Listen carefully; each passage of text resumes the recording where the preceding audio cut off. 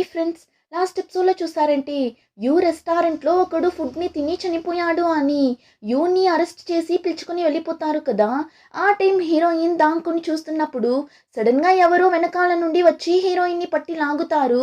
వెంటనే హీరోయిన్ తన కత్తిని తీసి వాడి మెడ మీదనే పెడుతుంది. చూస్తే వచ్చింది హీరో. ఇక్కడ జరిగిందంతా తెలిసింటుంది, అందుకే వచ్చింటాడు. నీకేం కాలేదు కదా, నువ్వు ఓకేనే కదా అని అడగ్గా హీరోయిన్ కూడా నాకేం లేదు, కానీ యూని అరెస్ట్ చేసి పిలుచుకుని వెళ్ళిపోయారు. నేను ఆ జడ్జిని కిడ్నాప్ చేసి యూని రిలీజ్ చేయమని అడగబోతాను. సో మీరు జూహీని పిలుచుకొని ఎవరికీ తెలియకుండా ఇక్కడి నుండి వెళ్ళిపోండి. ఒకవేళ నేను పోలీసుల చేతిలో తగులుకున్నాను అంటే జూహీని మీరే చూసుకోండి అన్నట్లు చెప్తుంటుంది. హీరో అయితే ఎవరు నీకు ఈ చెత్త ఐడియాని ఇచ్చింది అని అడగ్గా నేనే ఆలోచించాను, మీరేం భయపడకండి, నేనేం తగులుకోను అంటుంది. అప్పుడు హీరో నువ్వు ఆ జడ్జిని కిడ్నాప్ చేయడం వల్ల ఎలాంటి యూస్ లేదు, ఎందుకంటే దీని వెనుక ఒక పెద్ద పొలిటికల్ గేమ్ ఉంది అంటాడు. ఏమని చూస్తే ఆర్మీ వాళ్ళకి పంపించడానికి సరిపోయే ప్రొవిజన్స్ లేదు అని ప్రజల దగ్గర ధాన్యాలు కలెక్ట్ చేస్తూ నింటారు కదా, కానీ పక్క ఊర్లో ఉన్న ప్రజలు మేము ఇవ్వము అని పోరాటం చేసింటారు. అలా పోరాటం చేసిన వాళ్ళని చంపేసింటారు. సో ఇప్పుడు హీరో ఆ విషయం అంతా చెప్పి ఇప్పుడు ఇక్కడ యూని అరెస్ట్ చేసింది కూడా ఎందులో అయినా తగిలించడానికి అయింటుంది. ప్రజల్ని గవర్నమెంట్కి ఎదురుగా రెచ్చగొట్టడానికి ఎవరు ఇలా అంతా చేస్తున్నారు. సో ఇందులో నువ్వు తల దూర్చకు అంటాడు. ఇప్పుడు అదంతా విన్న హీరోయిన్ ఇదంతా మీకెలా తెలుసు అని అడుగుతుంది. వాడు నేను అదంతా నీకు తరువాత చెప్తాను, నువ్వు ఫస్ట్ వెళ్ళి కానిస్టేబుల్ వాంగ్ని మీట్ అయి అతని దగ్గర వాళ్ళ మనుషుల్ని పిలుచుకుని వెళ్ళి సిటీ గేట్ దగ్గర సెక్యూరిటీ ఇవ్వమని చెప్పు. పోరాటం చేస్తున్న వాళ్ళు సిటీ గేట్ ద్వారా ఊర్లోకి వచ్చి ఇంకా ఎక్కువ గొడవలు జరగడానికి అవకాశం ఉంది. వాళ్ళు అలా ఊర్లోకి వచ్చారు అంటే చాలా పెద్ద ప్రాబ్లం అవుతుంది. సో వెంటనే వెళ్ళు అంటాడు. హీరోయిన్ కూడా సరే ఓకే నేను వెళ్తాను, బోయాన్ని కూడా పిలుచుకుని వెళ్తాను అంటుంది. కానీ హీరో వద్దు, బోయాన్ ఇక్కడ ఉండటమే వాడికి సేఫ్ గా ఉంటుంది, నువ్వు మాత్రం వెళ్ళు, కానీ నువ్వు జాగ్రత్త అంటాడు. ఆ తర్వాత హీరోయిన్ బోయాన్ దగ్గర వెళ్ళి నువ్వు నీ సీక్రెట్ రూమ్ లోనే జాగ్రత్తగా ఉండు అని చెప్పి కానిస్టేబుల్ వాంగ్ ని మీట్ అవ్వడానికి వెళ్ళిపోతుంది. ఇంకా ఆ టైంలోనే ఇంకో పక్క ఒక కొత్త క్యారెక్టర్ ని చూపిస్తారు. వీడి పేరు యువాన్. వీడు ఇంకెవడో కాదు, ఆ క్యుమిన్ ఉన్నాడు కదా తెల్ల జుట్టోడు, వాడి తమ్ముడే. వీడిప్పుడు వాడి మనిషి దగ్గర బోయాన్ని కనిపెట్టేశారా అని అడుగుతుంటాడు. సో వీడే యూ అరెస్ట్ అయ్యేలా చేసినట్లున్నాడు. బోయాన్ వీడి అన్న కొడుకు కదా, సో బోయాన్ని ఎలా అయినా పిలుచుకొని వెళ్ళిపోవాలి అని చూస్తుంటాడు. ఇప్పుడు ఈ యువాన్ మనిషి యూని అరెస్ట్ చేసేసాము, కానీ బోయాన్ తప్పించుకున్నాడు, ఎక్కడ ఉన్నాడు అని తెలియడం లేదు అని చెప్పగా త్వరగా వాడిని కనిపెట్టండి, ఎంత ఉన్నా వాడు మా అన్న కొడుకు, వాడికి ఏం జరగకూడదు అని చెప్పగా అయితే యూని ఏం చెయ్యమంటారు అని అడుగుతాడు. అప్పుడు వీడు తనని మా అన్న దగ్గరకు తీసుకుని వెళ్ళండి, వాడు ఏం చెయ్యాలి అని డిసైడ్ అవుతాడో చెయ్యని అంటాడు. ఇంకా అలానే ఆ మిన్ వాళ్ళ అమ్మని చూపిస్తారు. జడ్జ్ కూతుర్ని చూడటానికి వచ్చింటుంది. జడ్జ్ కూతుర్నే కదా ఆ మిన్ పెళ్లి చేసుకోబోతున్నాడు. సో ఇప్పుడు ఆ మిన్ వాళ్ళమ్మ నా కొడుకు ఎగ్జామ్ రాయడానికి సిటీకి వెళ్ళాడు, ఈ గిఫ్ట్ ని నీకు ఇవ్వమన్నాడు అని చెప్పి ఇస్తుంది. తను కూడా ఆ గిఫ్ట్ ని తీసుకొని మిన్ అమ్మ దగ్గర ఏం మాట్లాడకుండానే లోపలికి వెళ్ళిపోతుంది. దానివల్ల ఇప్పుడు ఆ మిన్ వాళ్ళ అమ్మ తనేమైనా యువరాణి అని అనుకుంటుందా ఏంటి, ఒక్క మాట కూడా మాట్లాడకుండా వెళ్తుంది. లోపలికి రండి అని కూడా పిలవలేదు కదా, వాళ్ళ నాన్న జస్ట్ ఒక సాధారణమైన జడ్జి అంతే కదా, ఏమో ఈ దేశానికి రాజుగా ఉన్నట్లు కదా బిల్డప్ అంతా ఇస్తుంది అని ఆ అమ్మాయిని తిట్టుకుంటూనే వెళ్తుంటుంది. ఇప్పుడు ఆ జడ్జి కూతురు లోపలికి వెళ్తుంది. చూస్తే వాళ్ళని ఎవరో పట్టి పెట్టుకుంటారు, అందుకే తను మిన్ అమ్మ దగ్గర ఏం మాట్లాడిండదు. ఇప్పుడు అదంతా హీరోయిన్ కూడా చూస్తుంటుంది. ఇప్పుడు ఎవరికీ తెలియకుండా లోపలికి వెళ్ళిపోతుంది. ఆ జడ్జి కూతుర్ని కూడా చూసేస్తుంది.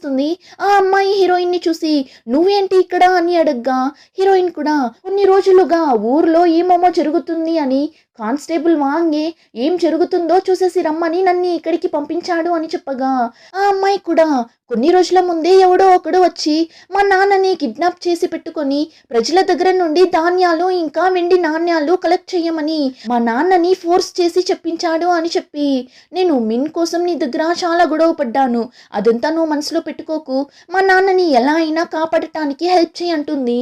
హీరోయిన్ కూడా అదంతా నేను హెల్ప్ చేస్తాను, కానీ మీ నాన్నని కాపాడే మాట్లాడిన తరువాత యూని రిలీజ్ చేయడానికి నువ్వే హెల్ప్ చేయాలి అని చెప్పి ఇప్పుడు హీరోయిన్ ఆ అమ్మాయి దగ్గర మీ ఫ్యామిలీని ఇలా పట్టి పెట్టుకున్నవాడు ఎక్కడ ఉన్నాడు అని తెలుసా అని అడగ్గా ఆ అమ్మాయి కూడా ఈ బిల్డింగ్లోనే అక్కడ ఉన్న ఒక రూమ్లో ఉన్నాడు అని చెప్పగా ఇప్పుడు హీరోయిన్ కూడా పక్కన నిల్చోన్న మెయిడ్ డ్రెస్ని తీసివేసుకుని ఇప్పుడు హీరోయిన్ ఒక మెయిడ్ లా టీని తీసుకుని వెళ్తుంది.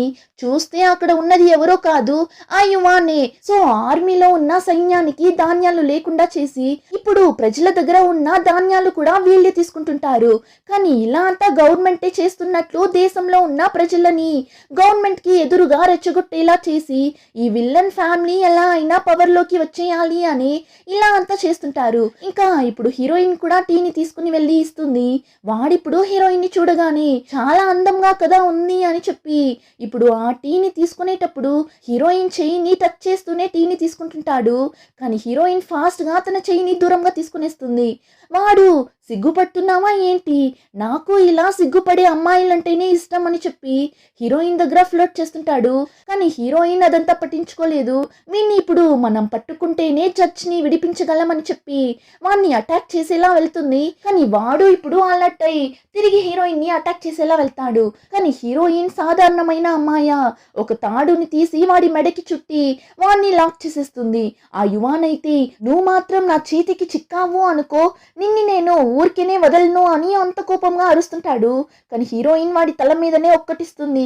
చాలు ఆపురా అని చెప్పి ఇప్పుడు వాడి మెడ మీద కత్తిని పెట్టి బయట పిలుచుకుని వెళ్తుంది. ఆ యువాన్ మనుషులు కూడా వచ్చేస్తారు. కానీ వాడి మెడ మీద కత్తి ఉండడం వల్ల ఆ యువాన్ మనుషులు ఏం చేయలేకపోతారు. ఇప్పుడు హీరోయిన్ మీ వాళ్ళ దగ్గర చెప్పి జడ్జిని రిలీజ్ చేయమని చెప్పు, లేదంటే నిన్నే చంపేస్తాను అంటుంది. కానీ ఆ యువాన్ భయపడటమే లేదు.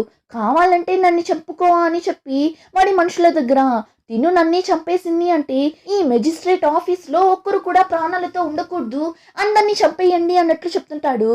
కానీ ఆ యువాన్ మనుషులు అందరూ ఇక్కడ ఉన్నారు కదా. సో ఈ గ్యాప్ లో ఆ జడ్జి కూతురు వెళ్ళి ఆ జడ్జిని పిలుచుకొని వచ్చేస్తుంది. ఆ జడ్జి కూడా ఎవరిని ఏం చెయ్యకండి అని అరుస్తూ వస్తుంటాడు. అప్పుడు ఆ యువాన్ నన్ను పట్టుకుంటే అంతా అయిపోయింది, ఇంకా తరువాత ఎలాంటి ప్రాబ్లం రాదు అని అనుకుంటున్నారా ఏంటి, నా మనుషులు ఇంకా సేపట్లో సిటీ గేట్ ద్వారా ఊర్లోకి వచ్చి ఈ ఊర్లో ఉన్న అందరినీ చంపబోతున్నారు. సో ఇప్పుడేం చెయ్యబోతున్నారు ఏంటి అని చెప్పి నవ్వుతుంటాడు.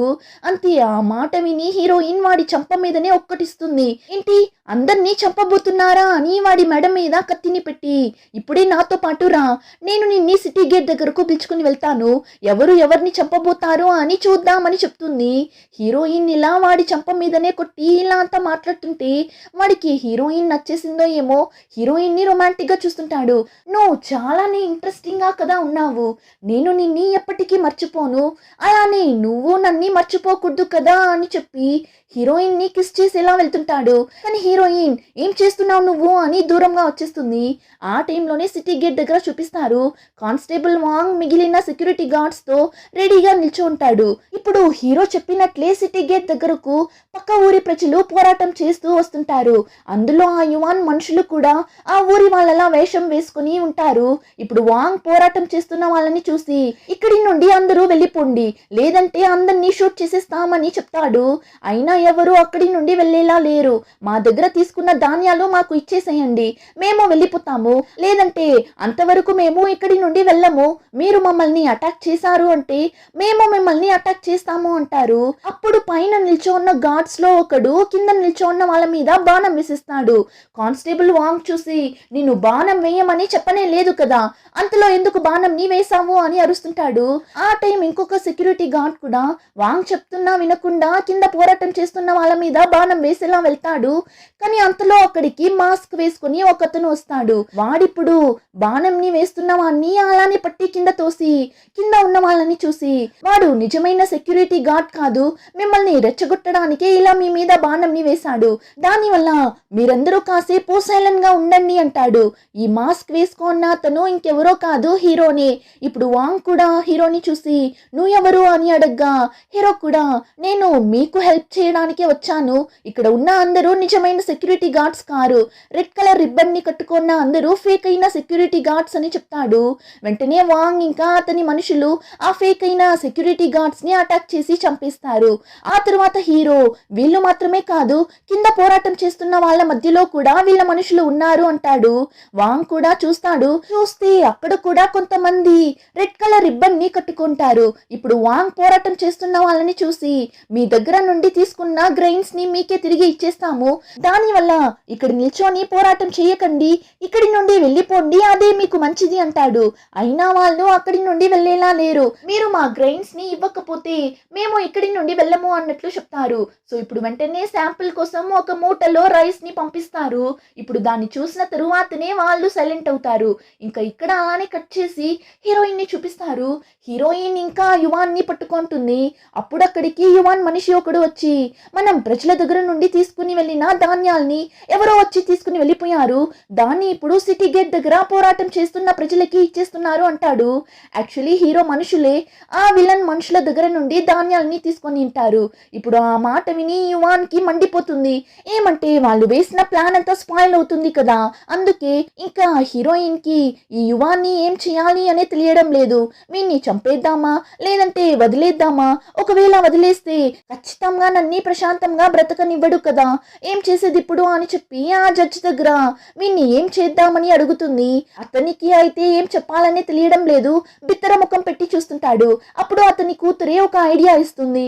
ఏమంటే ఇప్పుడు ప్రజలందరూ జడ్జి మీదనే చాలా కోపంగా ఉంటారు. ఏమంటే ఈ యువాన్ జడ్జిని పెట్టే కదా అందరి దగ్గర ధాన్యాల్ని కలెక్ట్ చేసింటాడు. సో అందుకే ప్రజలందరూ ఈ జడ్జి మీద చాలానే కోపంగా ఉంటారు. సో ఇప్పుడు ఈ యువాన్ని సిటీ గేట్ కి పిలుచుకొని వెళ్ళి అక్కడ పోరాటం చేస్తున్న ప్రజల దగ్గర వీడే ఇలా అంత చేసింది అని చెప్తే మీ మీద ఎలాంటి తప్పు లేదు అని ప్రజలకి తెలుస్తుంది కదా అంటుంది. ఆ జడ్జి కూడా ఇది మంచి ఐడియాగా ఉంది అని చెప్పి ఇప్పుడు అందరూ సిటీ గేట్ దగ్గరకు వెళ్తుంటారు. హీరోయినే ఆ యువాన్ మెడ మీద కత్తిని పెట్టి పిలుచుకుని వెళ్తుంటుంది. కానీ అప్పుడు కూడా వాడు హీరోయిన్ దగ్గర ఫ్లర్ట్ చేస్తుంటాడు. నీ పేరేంటి, మనం నెక్స్ట్ ఎప్పుడు మీట్ అవుతున్నాము అని అంతా అడుగుతుంటాడు. హీరోయిన్ మండిపడి నువ్వే ఇంకాసేపట్లో చావబోతున్నావు, నోరు మూసుకొని రారా అని చెప్పి పిలుచుకుని వెళ్తుంటుంది. సిటీ గేట్ దగ్గరకు కూడా వెళ్ళిపోతారు. హీరో అక్కడే కదా ఉన్నాడు. హీరో మాస్క్ వేసుకున్నా కూడా అది హీరోనే అని హీరోయిన్ కనిపెట్టేస్తుంది. ఏమంటే హీరో వేసుకున్న డ్రెస్ ని చూసి కనిపెట్టింటుంది అది హీరో అని. ఇప్పుడు కానిస్టేబుల్ వాంగ్ ఏమైంది అని అడగ్గా జడ్జి కూడా జరిగిందంతా చెప్తాడు.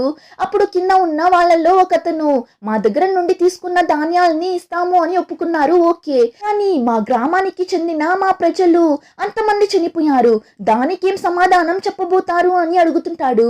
అప్పుడు అక్కడ ఉన్న అడవిలో క్రాకర్స్ పిలిచే సౌండ్ వినిపిస్తుంది. ఇప్పుడు ఆ సౌండ్ వినిపించగానే పోరాటం చేస్తున్న వాళ్ళల్లో ఆ యువాన్ మనుషులు ఉన్నారు కదా, వాళ్ళిప్పుడు పైకి రోప్ ని వేసి సిటీ గేట్ మీద ఎక్కుతుంటారు. అలానే అడవిలో ఉన్న యువాన్ సైన్యం కూడా ఊర్లోకి వెళ్ళి ప్రజల మీద దాడి చేయడానికి వెళ్తుంటారు. యాక్చువల్లీ ఆ తెల్ల జుట్టోడు ఇంకా ఈ యువాన్ ప్లాన్ ఏమని చూస్తే ఊర్లో ఉన్న ప్రజల్ని గవర్నమెంట్ కి ఎదురుగా పోరాటం చేసేలా రెచ్చగొట్టాలి. ఆ తరువాత ఆ విలన్ మనుషులే హీరో సైన్యం ఉంటుంది కదా ఆర్మీలో, వాళ్ళలా డ్రెస్ ని వేసుకుని ఊర్లోకి ఎంటర్ అయి పోరాటం చేస్తున్న వాళ్ళని చంపేయాలి. అలా చేస్తే ప్రజలకి ఆటోమేటిక్ గా ఇప్పుడు పవర్ లో ఉన్న వాళ్ళ మీద కోపం వచ్చి పెద్దగా తిరుగుబాటు చేస్తారు కదా. అందుకే అలా చేస్తే ఈ క్యూమిన్ ఫ్యామిలీ ఈజీగా పవర్ లోకి వచ్చేస్తారు కదా. సో అందుకే క్యూమిన్ యువాన్ ఇద్దరు కలిసి ఇలా అంతా చేస్తుంటారు. కానీ ఇప్పుడు అడవి ప్రాంతంలో నుండి ఊర్లోకి వెళ్తున్న ఆ యువాన్ మనుషుల్ని వెళ్ళనివ్వకుండా లీ వాడి మనుషులతో వచ్చి వాళ్ళతో ఫైట్ చేస్తుంటాడు. యాక్చువల్లీ హీరోని వాడి మనిషి ద్వారా ఇలా యువాన్ మనుషులు అటాక్ చేయడానికి వస్తున్నారు అని లీకి ఇన్ఫార్మ్ చేసింటాడు. అందుకే కరెక్ట్ గా లీ కూడా వచ్చింటాడు. సో ఇప్పుడు లీ మనుషులకి ఆ యువాన్ మనుషులకి మధ్య భయంకరంగా ఫైట్ జరుగుతుంటుంది. అలానే ఇక్కడ సిటీ గేట్ లో కూడా అంతలా ఫైట్ జరుగుతుంటుంది. హీరో అయితే అంత ఫైర్ గా ఫైట్ చేస్తుంటాడు. వాంగ్ చూసి బెదిరిపోతాడు, ఎవడు వీడు ఇంత బాగా ఫైట్ చేస్తున్నాడు అన్నట్లు. ఇంకా యువాన్ని హీరోయినే కదా పట్టి పెట్టుకుంటుంది. కానీ వాడు ఇప్పుడు ఎలానో హీరోయిన్ దగ్గర నుండి ఎస్కేప్ అయిపోతాడు. ఇప్పుడు హీరోయిన్ కి వాడికి మధ్య అంతలా ఫైట్ జరుగుతుంటుంది. హీరోయిన్ అయితే నేను మాత్రం ఇప్పుడు నా కత్తిని తీసుకుని వచ్చింటే ఈ పాటికి నువ్వు ప్రాణాలతోనే ఉండిండవు అని చెప్పి ఇప్పుడు వాడిని ఒకే ఒక గుద్దు గుద్దుతుంది చూడండి.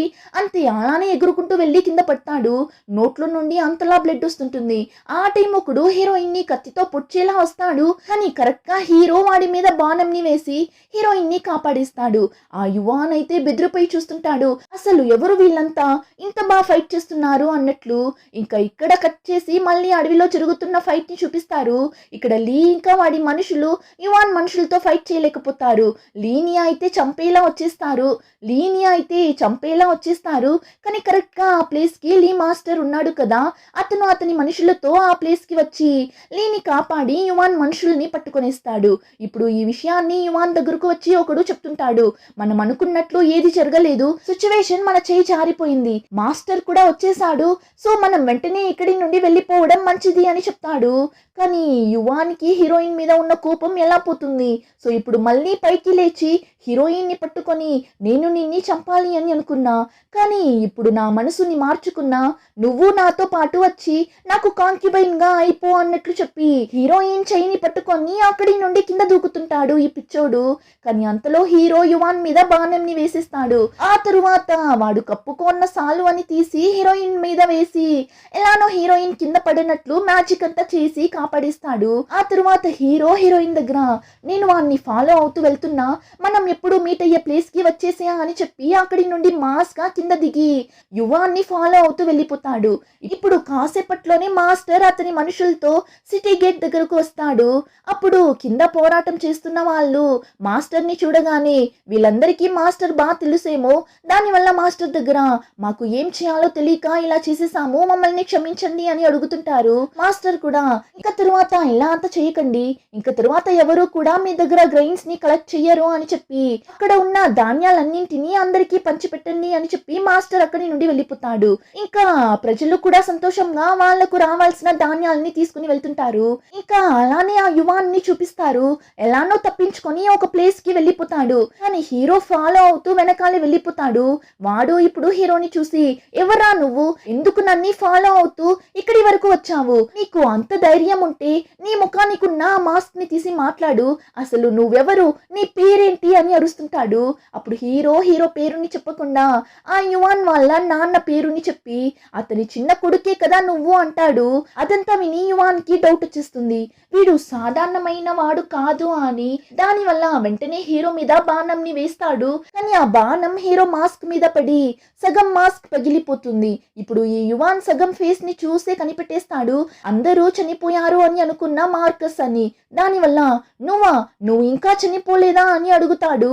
హీరో కూడా వాడి మాస్క్ ని తీసి ఆ యువాన్ని అంత కోపంగా చూస్తుంటాడు. ఇప్పుడు ఆ యువాన్ హీరో దగ్గర నీకు ఆ మెయిడ్ అమ్మాయికి అంటే హీరోయిన్ కి ఏం సంబంధం, తనని ఎందుకు నువ్వు కాపాడావు, కానీ తను చాలానే అందంగా ఉంది, తనని కిస్ చేసినప్పుడు నాకు చాలానే స్వీట్ గా అనిపించింది అని అలానే సైకోల్లా నవ్వుతుంటాడు.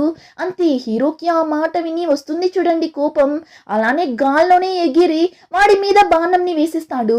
అంతే ఆ యువాన్ కూడా అలానే ఆ కొండ మీద నుండి కింద పడిపోతాడు. ఇంకా అలానే నెక్స్ట్ సీన్ లో చూసారంటే లీని చూపిస్తారు. వాడి మనుషులతో ఆ అడవి ప్రాంతంలో వస్తుంటాడు. ఇప్పుడు వాళ్ళకి ఆపోజిట్ గా హీరో వస్తాడు. హీరోని చూడగానే వాళ్ళు స్టాప్ అవుతారు. ఇప్పుడు హీరో ఆ గుర్రం బండి లోపల ఉన్న లీని చూడటానికి వెళ్తాడు. చూస్తే లీకి కాసేపు ముందు జరిగిన యుద్ధంలో బాగా దెబ్బలు తగిలింటుంది. సో చేతికి కట్టుకొని కూర్చుంటాడు. ఇప్పుడు లీని చూసి హీరో నవ్వుతుంటాడు. ఎన్ని సంవత్సరాలు అవుతుంది, ఇంకా నువ్వు మార్షల్ ఆర్ట్స్ ని మంచిగా నేర్చుకోలేదు అన్నట్లు అడగ్గా లీ వచ్చి ఇదంతా నీ వల్లనే, నువ్వు నాకు ఇన్ఫర్మేషన్ ఇచ్చావు ఓకే, కానీ 1000 మంది వస్తారు అని చెప్పావా ఏంటి, నేను జస్ట్ ఒక 100 మందితో మాత్రం వెళ్ళి వాళ్ళతో తగులుకున్నాను, అందుకే ఇలా జరిగింది అన్నప్పుడు హీరో నీకు టాలెంట్ ఉంటే 10 మందితో వెళ్ళినా యుద్ధంలో విన్ అయి రావచ్చు, నీకు మంచిగా ఫైట్ చేయడానికి రాలేదు అని చెప్పి ఊర్లో జరిగిందంతా లీ దగ్గర చెప్తాడు. ఆ యువాన్ వచ్చింది, వాడి వల్ల జరిగిన గొడవ అని అంతా చెప్పేసి అక్కడి నుండి వెళ్తుంటాడు. అప్పుడు లీ నువ్వు ఒక కాంప్రమైజ్ కోసమే చన్యోన్ని పెళ్లి చేసుకున్నావు, కానీ తనకి నీ మీద నిజంగానే ఫీలింగ్స్ ఉంది, ఇప్పుడు తనని నువ్వు ఏం చెయ్యబోతున్నావు, ఇక్కడే వదిలేసి వెళ్ళిపోతావా ఏంటి అన్నట్లు అడుగుతాడు. అప్పుడు హీరో అది నా ఫ్యామిలీ విషయం, దాన్ని మేమే చూసుకుంటాము, అందులో అంతా నువ్వు తల దూర్చుకో అన్నట్లు చెప్పి వెళ్తుంటాడు. యాక్చువల్లీ లీకి హీరోయిన్ అంటే ఇష్టం, అందుకే హీరో దగ్గర ఇలా అడుగుతుంటాడు. ఇంకా అలానే హీరోయిన్ని చూపిస్తారు. హీరో కోసమే వెయిట్ చేస్తుంటుంది. కాసేపట్లోనే హీరో కూడా వచ్చేస్తాడు. హీరోని చూడగానే ఫాస్ట్గా పరిగెత్తుకుంటూ వెళ్ళి, మీకేం కాలేదు కదా, ఎందుకు ఇంత లేట్గా వచ్చారు, ఏమైనా దెబ్బలు తగిలిందా అని అడుగుతుంటుంది. కానీ హీరో ఏం మాట్లాడాడు, హీరోయిన్ని హక్ చేసుకుంటాడు. ఇలానే ఈ ఎపిసోడ్ కంప్లీట్ అవుతుంది. రిమైనింగ్ స్టోరీని నెక్స్ట్ ఎపిసోడ్లో చూద్దాం. ఇంకా ఈ వీడియో నచ్చితే like, share and subscribe. Thank you.